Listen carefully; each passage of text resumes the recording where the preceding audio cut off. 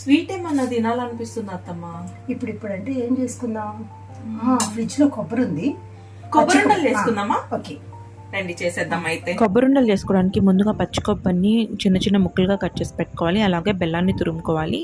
And దానికి ఒక 2 యాలకులు అలాగే నెయ్యి కూడా అవసరము. ముందు కొబ్బరిని మిక్సీ పట్టేసుకోవాలన్నమాట. అసలు వాటర్ ఏమి వేయకుండా పొడి పొడిగా అయితే మిక్సీ పట్టుకోవాలి.